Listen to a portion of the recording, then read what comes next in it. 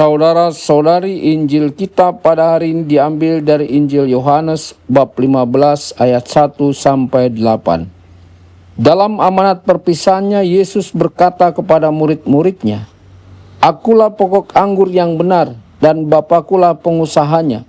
Setiap ranting padaku yang tidak berbuah dipotongnya, dan setiap ranting yang berbuah dibersihkannya, supaya berbuah lebih banyak. Kamu memang sudah bersih karena firman yang telah kukatakan kepadamu. Tinggallah di dalam aku dan aku di dalam kamu. Sama seperti ranting tidak dapat berbuah dari dirinya sendiri kalau ia tidak tinggal pada pokok anggur, demikian juga kamu tidak berbuah jikalau kamu tidak tinggal di dalam aku. Akulah pokok anggur dan kamulah ranting-rantingnya. Barang siapa tinggal di dalam aku dan aku di dalam dia, ia berbuah banyak, sebab di luar aku, kamu tidak dapat berbuat apa-apa. Barang siapa tidak tinggal di dalam aku, ia dibuang keluar, seperti ranting yang menjadi kering, kemudian dikumpulkan orang dan dicampakkan ke dalam api, lalu dibakar. Jikalau kamu tinggal di dalam aku dan firmanku tinggal di dalam kamu, mintalah apa saja yang kamu kehendaki, dan kamu akan menerimanya. Dalam hal inilah Bapakku dipermuliakan, yaitu jika kamu berbuah banyak, dan dengan demikian kamu adalah murid-muridku." Demikianlah sabda Tuhan. Terpujilah Kristus.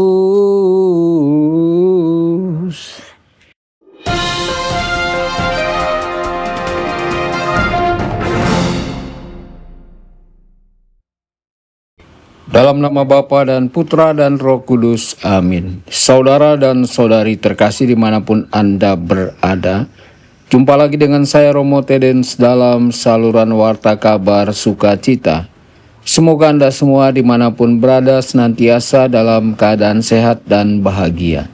Saudara-saudari, bayangkanlah sebuah kebun anggur yang subur. Di sana ada pokok anggur yang kuat. Akarnya menghujam dalam tanah, batangnya kokoh, dan dari batang itu menjulur ranting-ranting yang hidup. Ranting-ranting itu tidak berdiri sendiri.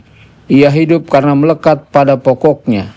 Dari pokok itulah mengalir kehidupan, air, nutrisi, kekuatan. Semuanya menghidupi ranting hingga akhirnya menghasilkan buah yang manis. Saudara-saudari, gambaran ini bukan sekedar cerita tentang alam. Inilah gambaran hidup iman kita.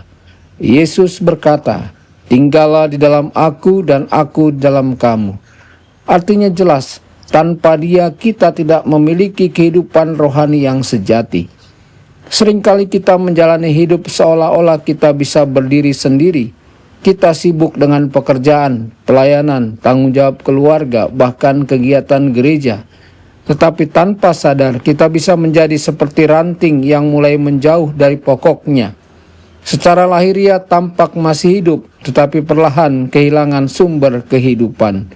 Saudara-saudari, tinggal di dalam Kristus berarti hidup dalam kedekatan yang nyata dengannya. Bukan sekadar tahu tentang Yesus, tetapi sungguh hidup bersamanya. Kedekatan itu dibangun dalam hal-hal sederhana namun setia. Doa setiap hari, membaca kitab suci, hadir dalam ekaristi, menerima sakramen, dan menyisihkan waktu untuk berdiam di hadapan Tuhan. Saudara-saudari, secara khusus ekaristi menjadi tempat paling nyata di mana kita tinggal dalam Kristus. Ketika kita menyambut tubuh dan darahnya, kita tidak hanya mengenang Yesus, kita sungguh dipersatukan dengan Dia. Disitulah hubungan kita dengan Kristus diperdalam, diperbarui, dan dikuatkan. Dari kedekatan itulah lahir buah. Yesus tidak meminta kita pertama-tama untuk berbuah, tetapi untuk tinggal. Karena buah sejati tidak dihasilkan oleh usaha manusia semata, melainkan oleh kehidupan Allah yang mengalir dalam diri kita. Saudara-saudari, kadang kita merasa lelah dalam hidup rohani. Kita berpikir, mengapa saya belum berubah? Mengapa saya belum menjadi lebih sabar, lebih baik, dan lebih suci? Lalu kita berusaha lebih keras, memaksa diri, bahkan bisa menjadi kecewa.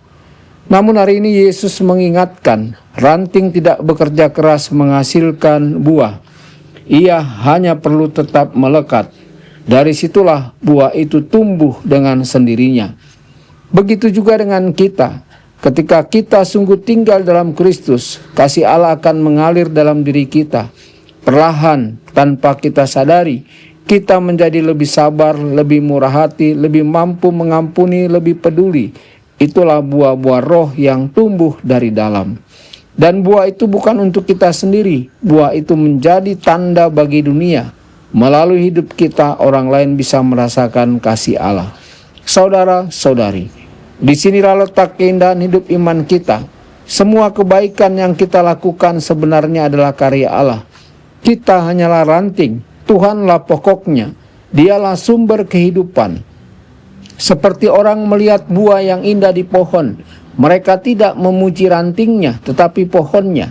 Demikian juga ketika orang melihat kebaikan dalam hidup kita, kemuliaan itu kembali kepada Allah. Maka panggilan kita bukanlah menjadi hebat, tetapi menjadi melekat. Bukan menjadi pusat, tetapi menjadi saluran. Bukan mencari pujian, tetapi memuliakan Tuhan. Saudara-saudari, ketika kita hidup seperti ini, hidup kita menjadi terang. Seperti pelita yang diletakkan di atas kaki Dian. Hidup kita bersinar, bukan karena kita, tetapi karena Kristus yang hidup dalam diri kita. Hari ini kita diajak untuk bertanya dengan jujur dalam hati kita. Apakah saya sungguh tinggal dalam Kristus? Apakah saya mulai menjauh tanpa sadar? Apakah hidup saya menghasilkan buah kasih? Mari kita kembali kepada sumber kehidupan itu. Tinggallah dalam Kristus, dekatlah dengannya, setialah dalam hal-hal sederhana. Dan percayalah, jika kita tinggal dalam Dia, hidup kita tidak akan sia-sia. Kita akan berbuah dan melalui hidup kita Allah dimuliakan. Tuhan Yesus memberkati dan menyertai Anda semua.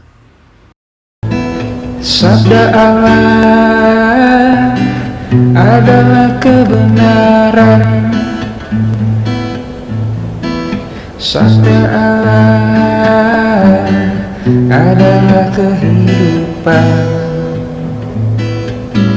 Mari kita mencintainya, mari kita menghayatinya,